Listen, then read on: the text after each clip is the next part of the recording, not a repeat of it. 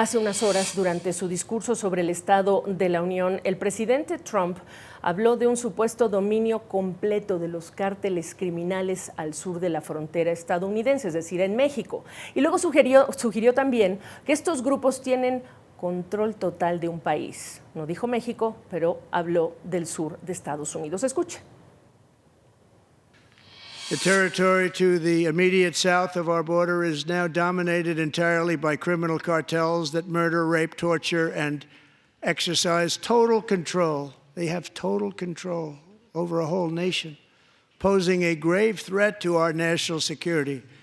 The cartels are waging war on America, and it's time for America to wage war on the cartels, which we are doing.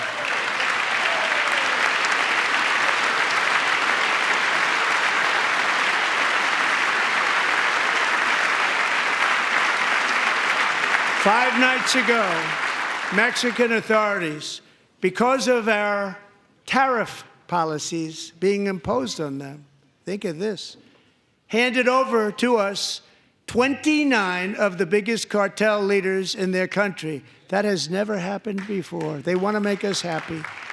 First time ever. But we need Mexico and Canada to do much more than they've done, and they have to stop the fentanyl and drugs pouring into the USA. They're going to stop it. I have sent Congress a detailed funding request laying out exactly how we will eliminate these threats to protect our homeland and complete the largest deportation operation in American history, larger even than current record holder President Dwight D. Eisenhower, a moderate man, but someone who believed very strongly in borders. Americans expect Congress to send me this funding without delay so I can sign it into law. Bueno, y no es la primera vez que el presidente Trump habla de control o contubernio, o acusa, mejor dicho, de control o contubernio del crimen organizado sobre México, el territorio o gobiernos, cosa que, por cierto, el gobierno mexicano ha rechazado, e incluso la propia presidenta Claudia Sheinbaum hace unas horas pues, ha calificado parte de esos alegatos como difamatorios y falsos. Hay que también decir que el presidente Trump pues, ya dijo que estará solicitando al Congreso más presupuesto para dar la guerra a los cárteles de la droga. Vamos con Rey Rodríguez para hablar del tema esta noche. ¿Cómo estás, Rey? Adelante. ¿Qué tal, Gaby? Y es cierto, estos señalamientos ya los venía haciendo Trump, pero quizás, Gaby, lo que más preocupa de este lado de la frontera es su insistencia de que los cárteles de la droga mexicanos tienen el control total del territorio y que el gobierno mexicano no está haciendo lo necesario para frenar el tráfico de fentanilo, aun y cuando México ha venido diciendo que se ha aumentado los decomisos de esta droga, que se ha entregado a Estados Unidos capos de la droga y que se ha reforzado su seguridad en la frontera. Incluso, como bien decías, la propia presidenta Claudia Sheinbaum ha rechazado estos señalamientos y dicen que son totalmente falsos.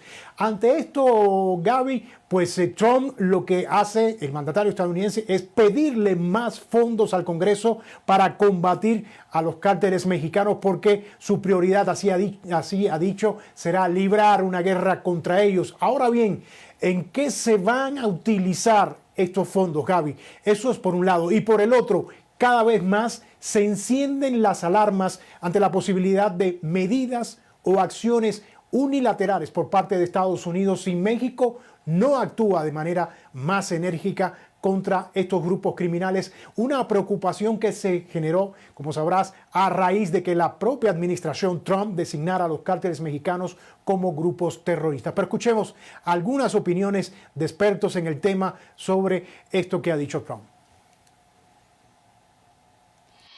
Las estrategias de inteligencia y todo lo que tiene que ver con el tipo de elementos y de armas sofisticadas que pueden llegar a utilizarse tienen un costo muy relevante. Desplegar Guardia Nacional, desplegar al Ejército, incrementar la vigilancia en las fronteras, no solamente terrestres, sino aéreas y marítimas. Todo eso implica una serie de gastos que a veces no los vemos completo en el panorama, pero que ahí está. cada vez más se muestra el interés del gobierno de Donald Trump y de su gabinete de tener una intervención militar remota en México. ¿A qué se han referido varios especialistas con esta intervención militar remota? A que no necesariamente va a haber un despliegue de tropas militares en territorio mexicano dando pie a una invasión, por ejemplo, o al inicio de un conflicto armado internacional con México, sino que más bien se va a utilizar tecnología, se va a seguir utilizando a agencias de seguridad de Estados Unidos para intervenir de manera más precisa en territorio mexicano y combatir a los grupos criminales que ya han sido identificados o que han sido denominados como grupos terroristas. Gaby, de alguna manera la respuesta de México a este panorama ha sido de alguna manera aprobando una reforma en la que se castiga con la máxima pena a aquellos extranjeros que atenten contra la soberanía del país por cualquiera que sean esas vías. Ahora bien, el que esté en la Constitución las intervenciones extranjeras no necesariamente hará que un extranjero, un ente extranjero, no haga lo que está planeando hacer, es lo que dicen los analistas, Gaby. Pues sí, efectivamente, Rey, vamos a estar pendientes porque como no es la primera vez, entonces te necesitamos, sin especular demasiado, pues entender a qué se refiere el presidente Trump. Te agradezco este informe, Rey Rodríguez, aquí en la capital mexicana, pero pues lo que ya ocurrió es que se activaron estos aranceles y lo que ya ocurrió es que también se habla de un plazo de 30 días en el caso de los automóviles como una exención. Ya me acompaña esta noche y se lo agradezco el exsecretario de Economía de México en tiempos de esa primera renegociación de lo que era el NAFTA, terminó en TEMEC, Ildefonso Guajardo. Hoy también encargado también como asesor de lo que es esa mesa para ya lo que viene la revisión del TEMEC en el año 2026. Él se encuentra en Toronto. Ildefonso, gracias por estar con nosotros. En las últimas horas, varias autoridades canadienses han dicho o todo o nada. No quitamos los aranceles recíprocos si Estados Unidos no hace lo propio, porque Estados Unidos solo dice, vamos a ver cómo podemos ajustarlos. La ministra de Exteriores de Canadá, Jolie, dijo que su país no puede estar atravesando este psicodrama cada 30 días. Pero México tampoco, ¿sí? De ninguna manera. Yo creo que claramente es incomprensible que hayan sacado la resolución presidencial y que a menos de 24 horas le estén haciendo ajustes.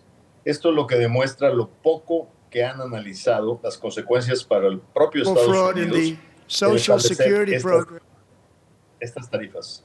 De tal manera que lamentablemente, Gaby, no hay otra forma más que mandar una señal. Si no se establecen los parámetros de la revisión del tratado, esto va a seguir en una cosecha temprana de parte de Trump, exprimiendo beneficios a su forma y a su entender.